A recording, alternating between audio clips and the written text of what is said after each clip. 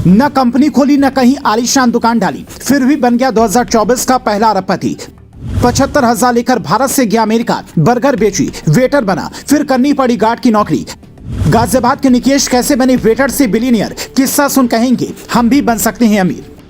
अमीर बनने के लिए अक्सर लोग कंपनी खोलते हैं, कहीं आलीशान दुकान डालते हैं या फिर कोई बिजनेस करते हैं, लेकिन गाजियाबाद के निकेश अरोड़ा ने अरबपति बनने के लिए जो फॉर्मूला अपनाया वो आपको भी हैरान कर देगा। वो साल 2024 के पहले अरबपति बने हैं, जिनका किस्सा हिंदुस्तानी नहीं बल्कि अमेरिका के घर घर में भी सुना जा रहा है। गाजियाबाद के रहने वाले निकेश अरोड़ा के पिता इंडियन एयरफोर्स में थे, लेकिन इतना पैसा नहीं था कि बेटे को अमेरिका भेज पाते। इसीलिए बेटे ने पिता से सिर्फ 75,000 रुपए लिए और वहां जाकर बर्गर बेचने से लेकर सिक्योरिटी गार्ड तक की नौकरी की ताकि खर्चा चला सके। IIT BHU से पढ़ाई करने के बाद अमेरिका पहुंचे निकेश ने वहां की नॉर्थ ईस्टर्न यूनिवर्सिटी से MBA किया और उसके बाद गूगल ने 5.1 करोड़ का पैकेज दिया और इनका नाम गूगल के सबसे महंगे कर्मचारी में शुमार हो गया। उसके बाद सॉफ्ट बैंक से इन्हें 13.5 करोड़ का पैकेज मिला। तो इसकी चर्चा अमेरिका से ज्यादा जापान में हुई, क्योंकि इतना पैकेज सिर्फ चुनिंदा लोगों को ही मिल पा रहा था। पर इतने में अरबपति बनने का सपना पूरा नहीं हो पाता। इसीलिए 4 साल यहाँ नौकरी करने के बाद साल 2018 में टेक कंपनी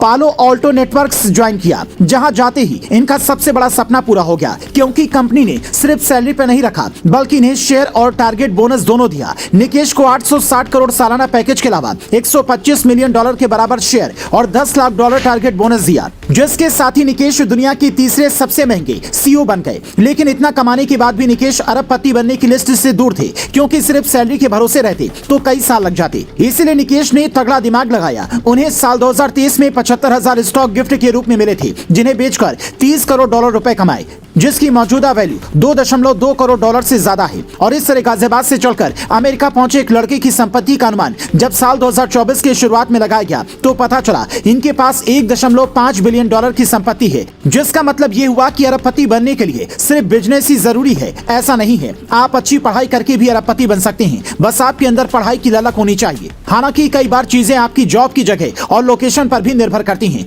साल 2023 की एक रिपोर्ट बताती है कि भारत में सबसे ज्यादा वेतन पाने वालों की लिस्ट में विप्रो के फ्रांसीसी मूल के CEO डेलापोर्ट का नाम था, जिन्हें 82.4 करोड़ मिलता है। इन्फोसिस के CEO सलिल पारेख को 56.45 करोड़ और टेक महिंद्रा के CEO CP गुरनाना को 30 करोड़ वेतन मिलते हैं। मतलब हिंदुस्तान में पैकेज अगर 100 करोड़ रुपए से ऊपर चला जाए तो बड़ी बात होती है, पर अमेरिका जैसे देश में बड़ी बड़ी कंपनियों के CEO की खूब कमाई होती है, क्योंकि वहां का रहन सहन यहाँ के हिसाब से काफी महंगा है। और यही वजह है कि भारत के पढ़े लिखे युवा विदेशों का रुख कर लेते हैं। उन्हें लगता है कि भारत में रहकर पूरी जिंदगी जो कमाएंगे उतना 5 से 10 साल में अमेरिका में कमाकर लौट आएंगे, पर ऐसा नहीं हो पाता, क्योंकि पैसे से मन कहाँ कभी किसी का भरा है। जो जहाँ जाता है वहीं का होकर रह जाता है। ऐसे लोग जब विदेश में जाकर निकेश की तरह भारत का नाम रोशन करते हैं तो बधाई तो बनती है, पर साथ में दिल से यह भी निकलता है कि काश सरकार भारतीय टैलेंट के पलायन को रोकने के लिए कुछ शानदार करती। और फिर जैसे इसरो इतिहास रच रहा है, वैसे ही भारत हर क्षेत्र में इतिहास रचता और दुनिया सिर्फ देखती रह जाती।